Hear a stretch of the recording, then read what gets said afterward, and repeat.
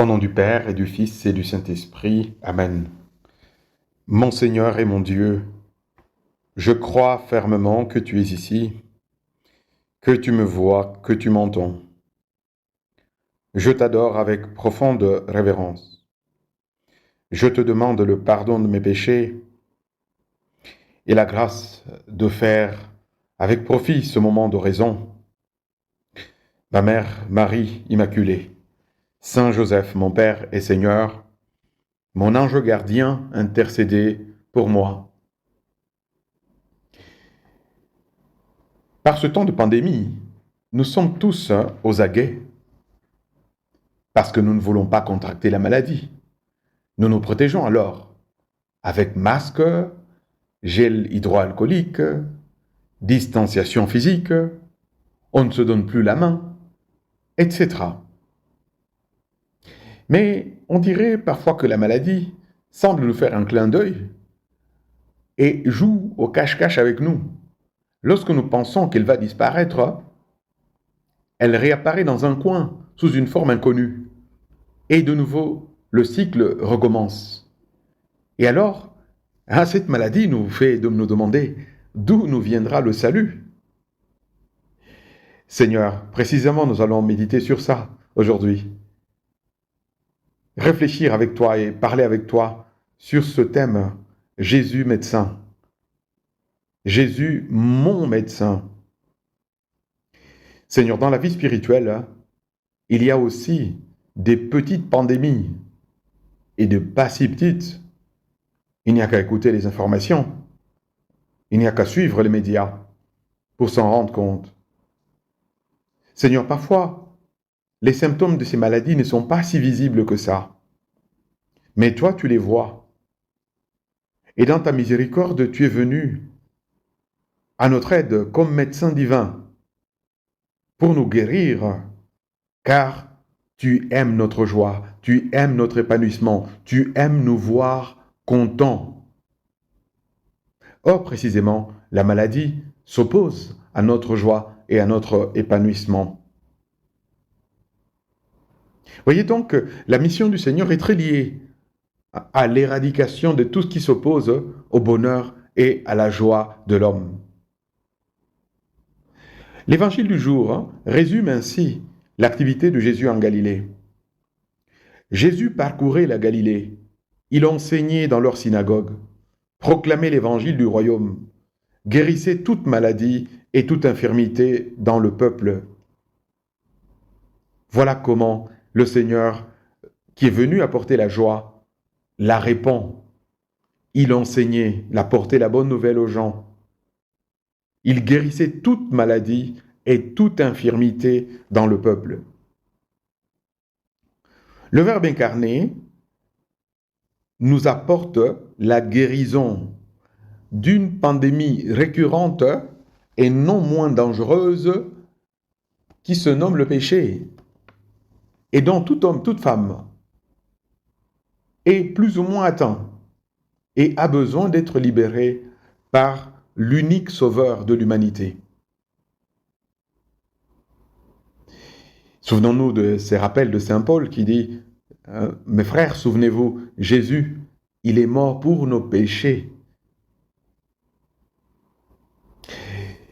Seigneur Jésus, tu as dit que ce ne sont pas les bien portants qui ont besoin du médecin, mais les malades.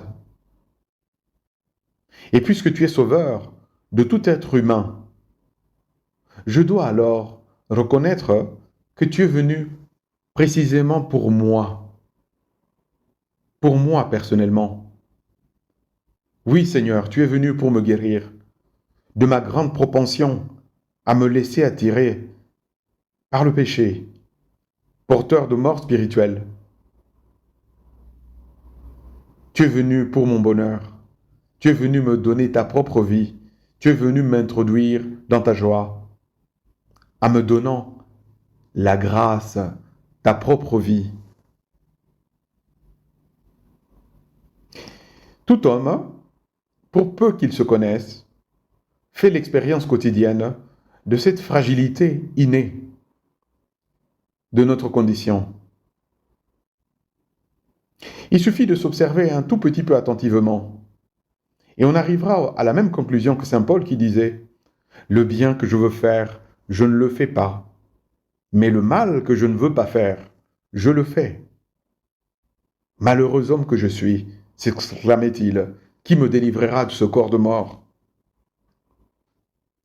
Oh, précisément, c'est Jésus-Christ, le médecin divin, qui est venu pour prendre sur lui nos infirmités et les guérir et nous en débarrasser.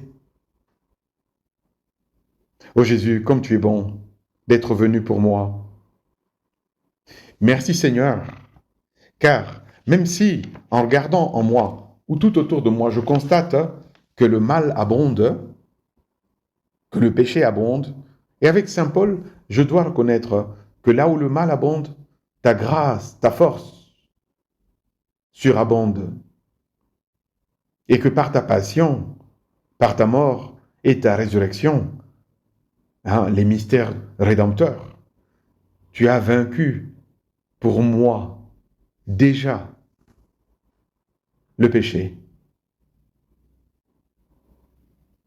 Et donc, face à ma fragilité, à ma faiblesse et à mon indigence, je peux compter, heureusement Seigneur, sur la grande force de ton salut.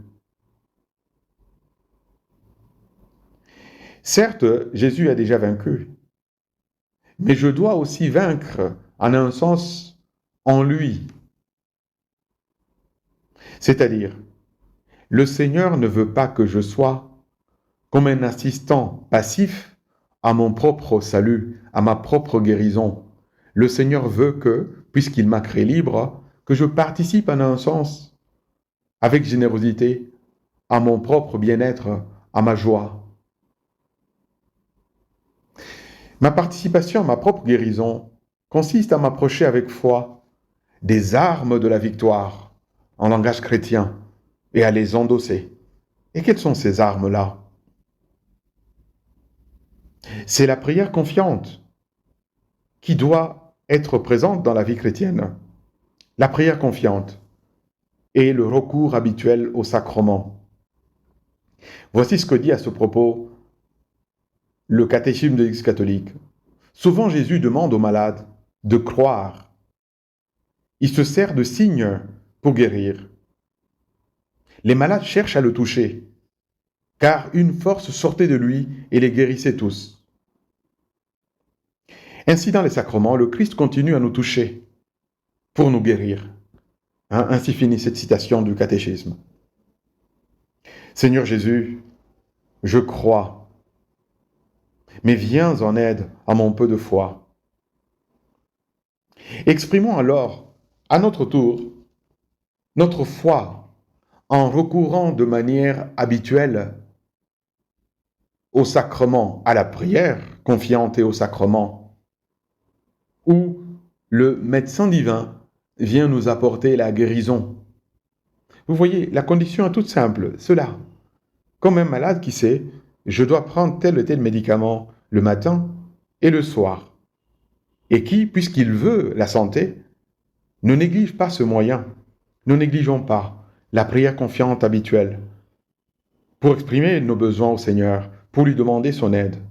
Et le recours au sacrement, en particulier au sacrement de la guérison par excellence, le sacrement de la pénitence, la confession sacramentelle. Et le Seigneur nous apportera cette guérison dont nous avons besoin pour notre épanouissement. Le Seigneur en finira dans notre vie avec toute maladie et toute infirmité, comme nous avons écouté, qu'il fit avec les habitants de Galilée.